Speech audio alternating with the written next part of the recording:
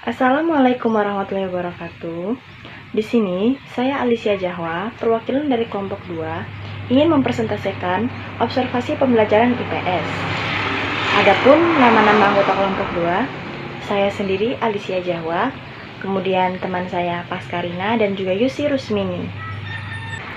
Ada 4 tujuan pembelajaran observasi. Yang pertama, dapat menjelaskan pengertian observasi. Yang kedua, dapat menjelaskan faktor-faktor pendukung dalam observasi. Yang ketiga, dapat menyebutkan kelebihan dan kekurangan dalam observasi. Yang keempat, dapat menerapkan pelaksanaan observasi pembelajaran IPS. Yang pertama ada pengertian dari observasi. Observasi sendiri adalah salah satu teknik dari pencatatan serta pengamatan secara sistematis mengenai gejala-gejala yang diteliti. Observasi menjadi salah satu dari teknik pengumpulan data apabila sesuai tujuan penelitian yang direncanakan dan dicatat secara sistematis dan dapat dikontrol keandalan dan kesahihannya. Observasi merupakan proses yang kompleks yang tersusun dari proses-proses biologis dan juga psikologis. Dalam menggunakan teknik observasi, hal yang terpenting yang harus diperhatikan ialah mengandalkan pengamatan dan juga ingatan peneliti, sehingga pengamat memerlukan alat bantu agar hasil pengamatan dapat disimpan untuk dijadikan bahan yang dapat digunakan untuk menjawab permasalahan yang dihadapi. Hal itu disebabkan oleh keterbatasan ingatan manusia dalam menyimpan berbagai data yang diperoleh saat pengamatan.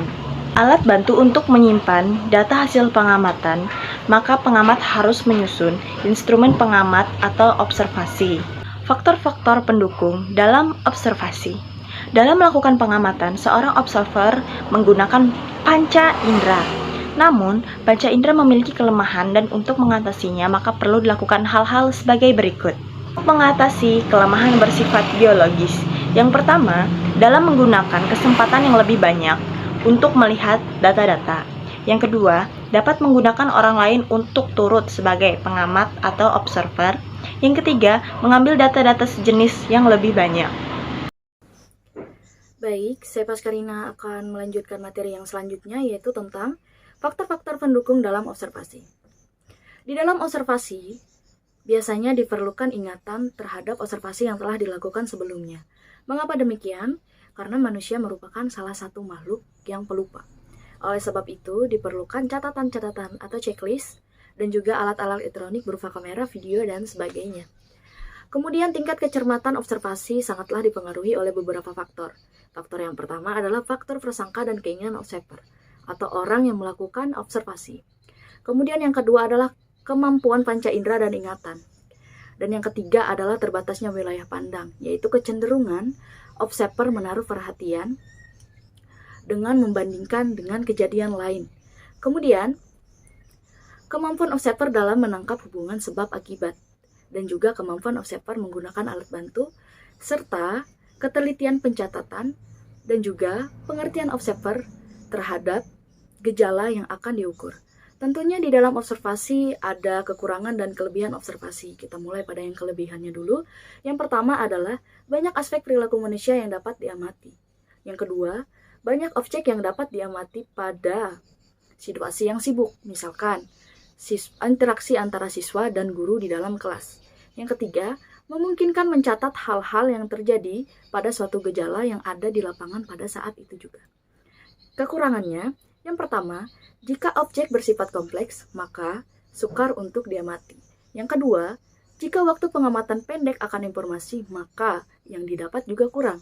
Yang ketiga, adanya faktor luar yang dapat mempengaruhi proses pelaksanaan pengamatan. Yang keempat atau yang terakhir, jika objek yang diamati mengetahui bahwa mereka sedang diamati, maka akan mempengaruhi perilaku mereka menjadi tidak wajar atau dibuat-buat. Sekian penjelasan dari saya dan akan dilanjutkan oleh teman saya, Yusi Rusmini. Saya akan melanjutkan hasil presentasi selanjutnya, yaitu tentang jenis-jenis observasi. Yang pertama, observasi partisipan. Observasi yang dilakukan dengan observer terlibat langsung secara aktif.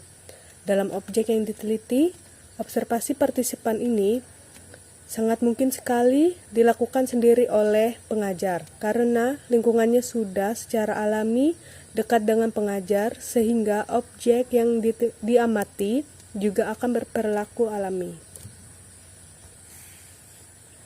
Yang kedua, observasi sistematis atau observasi berkerangka.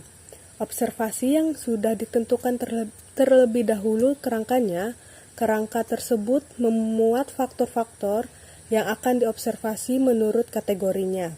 Observasi sistematis dapat memfokuskan data-data yang memang dibutuhkan dalam mengungkap hambatan dan masalah pelaksanaan pembelajaran.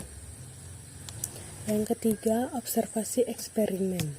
Observasi yang dilakukan terhadap situasi yang disiapkan sedemikian rupa untuk meneliti sesuatu yang dicobakan. Observasi eksperimen tidak sesuai untuk mengambil data tentang permasalahan pembelajaran yang dimaksud untuk memperbaiki pembelajaran. Dalam pendidikan, tindakan observasi perlu dilakukan untuk mengevaluasi pelaksanaan pembelajaran dan untuk mendapatkan gambaran yang jelas segala sesuatu yang terjadi di dalam kelas. Dengan dilakukan evaluasi pelaksanaan pembelajaran, maka kualitas pembelajaran di lapangan akan terjaga dan ditingkatkan. Untuk mendapatkan data tentang hambatan dan permasalahan pembelajaran, maka tindakan observasi harus dilaksanakan. Observasi tentang pembelajaran IPS di SD harus diperhatikan komponen penting yang dapat memperlancar dan membawa keberhasilan proses pembelajaran. Hal-hal yang perlu diamati diantaranya tentang pertama, pendekatan pembelajaran, yang kedua, model pembelajaran, yang ketiga, metode pembelajaran, yang keempat, strategi pembelajaran, dan yang kelima, media pembelajaran yang digunakan oleh pengajar. Sekian presentasi dari kelompok 2. Terima kasih.